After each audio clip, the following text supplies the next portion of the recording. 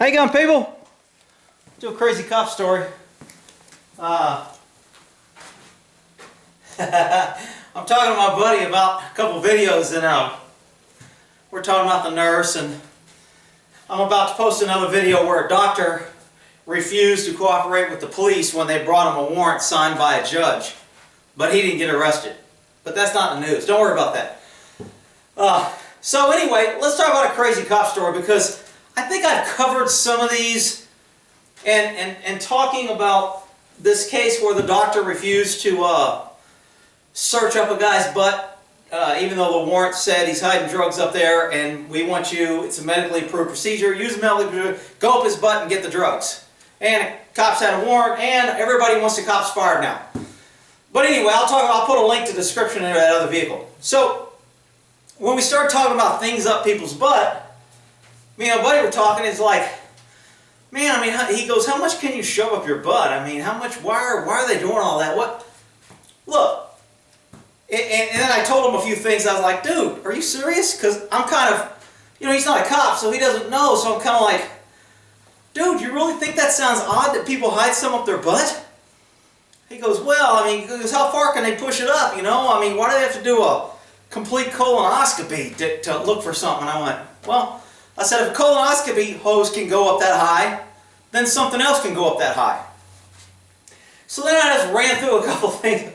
I said, man, we found tubes with syringes up butts. We found dope in tubes up the butt. They've tied balloons together and shoved them when they're all connected, so when you put one, and whatever you shove up there, normally if it's not too big, I'm assuming it comes out. I know there's some x-rays on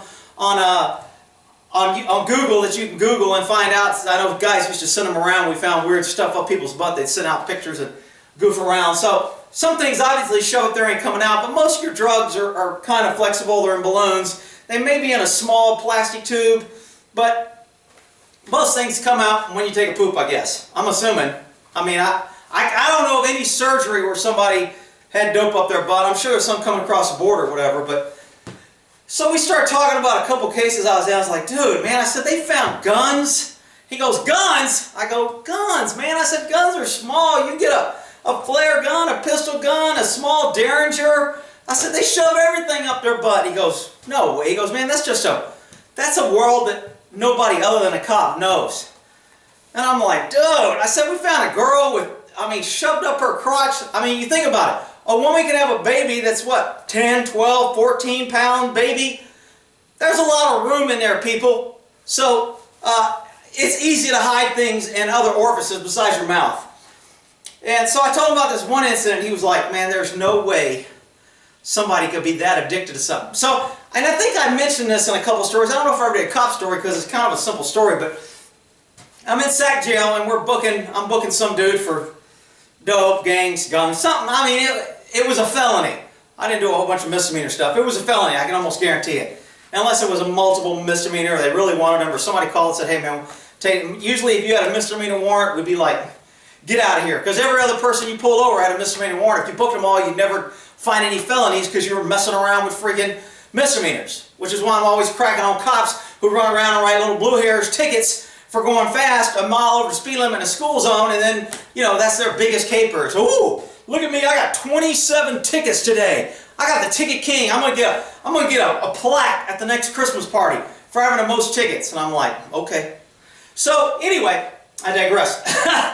So I'm booking this guy, and in Sac jail, and most jails when you book them, the cop does a search, and then you hand them over to the jailer, and then they do a search and they do inventory. So if I was booking at a smaller agency or a smaller jail, all I did was search for weapons and I gave them to him. And then the deputies of the jail would have him take his belt off, have him take his shoelaces off, have him turn his pockets inside out, and do all the other. They would do all that and book what they didn't want him to have in a jail. Well, at Sac jail, they have a big booking area with these benches and tables, so you can go in, do your paperwork, do all your charging, do all your stuff, and while you're booking a guy here, there's a guy behind you, there's a guy across from you, there's two across. So I want to say there's probably,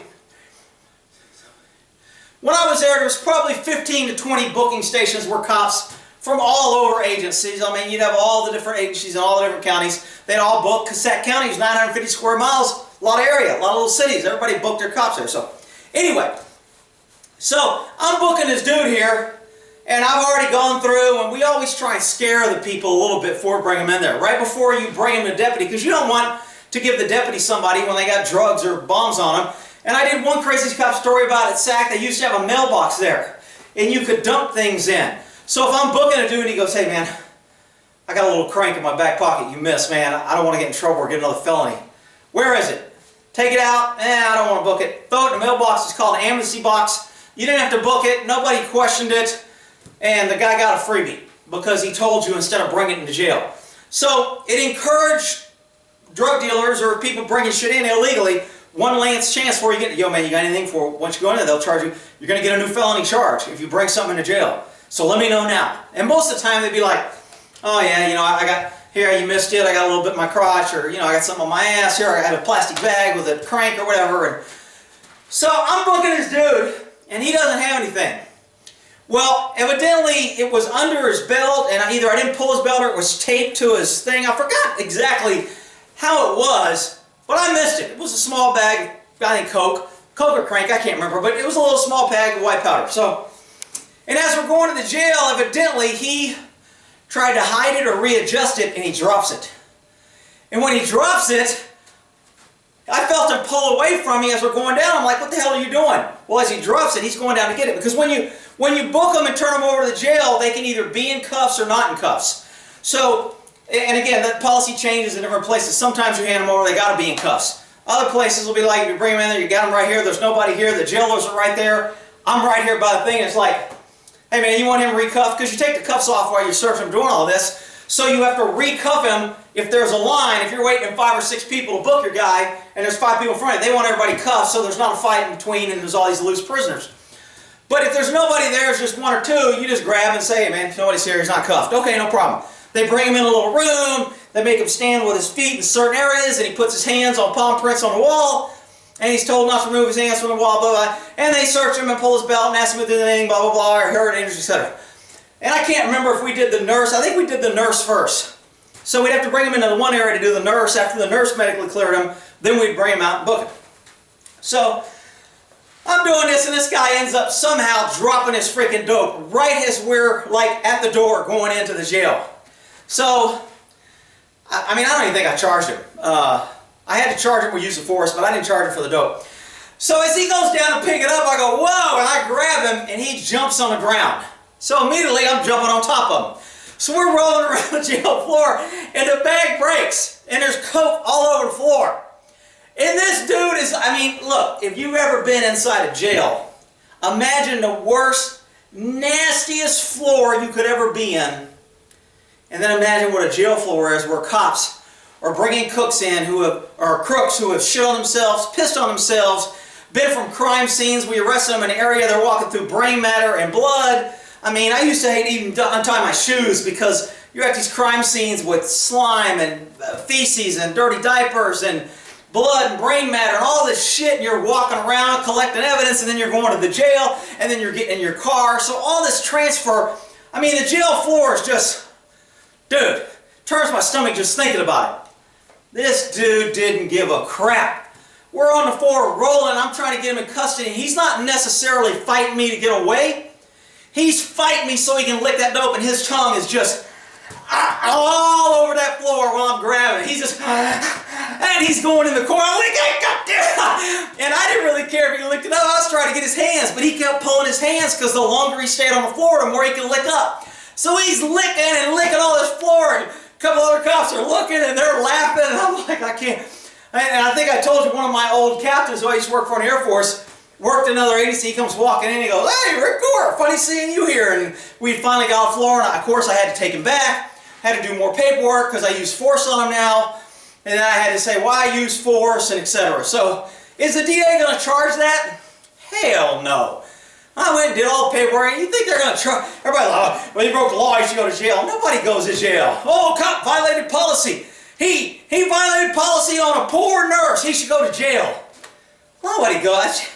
There's got people, like I said, in Oakland, the cop has to get 3 stitches or more for the DA to file a resisting arrest. So if you live in Oakland, you can literally get in a fight with a cop, And as long as he don't get 3 stitches, you're not going to get charged. You may get booked and they'll arrest you and put you in jail, but the DA is going to dismiss the charge for resisting arrest. Because they just don't charge it. In bigger cities, it's just too much, and most cops don't even charge it, but if you use force, you need to charge it to cover your ass. So, anyway, and I told my buddy, I go, dude, man, I had some dude licking on the floor of a jail, dirty ass, nasty jail, and he was licking it with his tongue, he goes, no way. I go, dude, why is that so foreign? If I told that to a cop, there'd be cops out there like, yeah, I'll believe it. Shit, these nasty ass people. They wouldn't think twice. But somebody who's not in the career field, who hasn't been out there and dealt with these idiots, have no clue. And there was another case. What was the other one I was going to talk about? Oh, and I think I mentioned this in another video. We're doing dope busts in Vallejo. When I was in Vallejo, and a lot of dope, a lot of crank, a lot of crack. Crack cocaine is usually in little white balls. They smoke it. So we had a lot of crack, and normally they keep it in a little plastic bag with 2 or 3, and it's called a rock. And usually, when I was there, I don't know what they're going for now. I think they were 20 bucks for a rock. So you get a rock for 20 bucks. So, and it was very common for them to keep most of their stuff up their ass. I mean, that's just where they kept it. Because cops didn't go up there. If they're walking and a cop stops them, as long as they don't act weird, cops aren't going to just search their butt for no reason. So they always kept with their ass, but more than once we were chasing people, and they're running and they're reaching in their ass and eating this shit coming right out of their ass while they're running, and I'm like, okay. So now, you know, you either got to put them on potty watch for a week, or you think they're dope, so now you got to take them to the hospital, and they got to clear them medically. Usually the hospital, if the guy was a jerk especially, they'd make him throw up. They'd give him that, whatever that charcoal crap is. I don't know if they still use it. But it was some charcoal crap, and man, when they came up, it came up. And then if it came up and we got it, we charge them with the dope for possession. But, I mean, I guess for people that's never seen it, they kind of find that hard to believe. For cops that work in really gang, drug infested, pretty much let me just lay it out. All your liberal run big cities with colleges and crime and liberals saying tolerance and hate the cops, all those places, dude, you see that all the time. So, and again, I can't remember which one I've covered, if I covered them at all, but just in the totality of things, when you're, you know, I mean, going in crime scenes, the nasty stuff, I mean, we're finding these meth labs and we're walking through chemicals, and we have to get out so nobody lights a match and kills everybody, so you have to call in a chemical team, and I mean, it's bodies and blood and parts, and the stuff that a cop's shoes sees, that ought to be a new series. The world through a cop's shoes. Because let me tell you, the places a cop's shoes go, most people don't want to go. Alright, so we'll end out there on a crazy cop story. Where's that damn Smokey? He ain't around here nowhere. Oh, update on the bike. I've got seafoam and I've got some of that mystery oil in there, and I'm running out a couple tanks. It's getting a little bit better. It still isn't cleared up, and I'm still trying to wiggle my way out. I'm not taking the carburetor apart. But anyway, we'll end that there.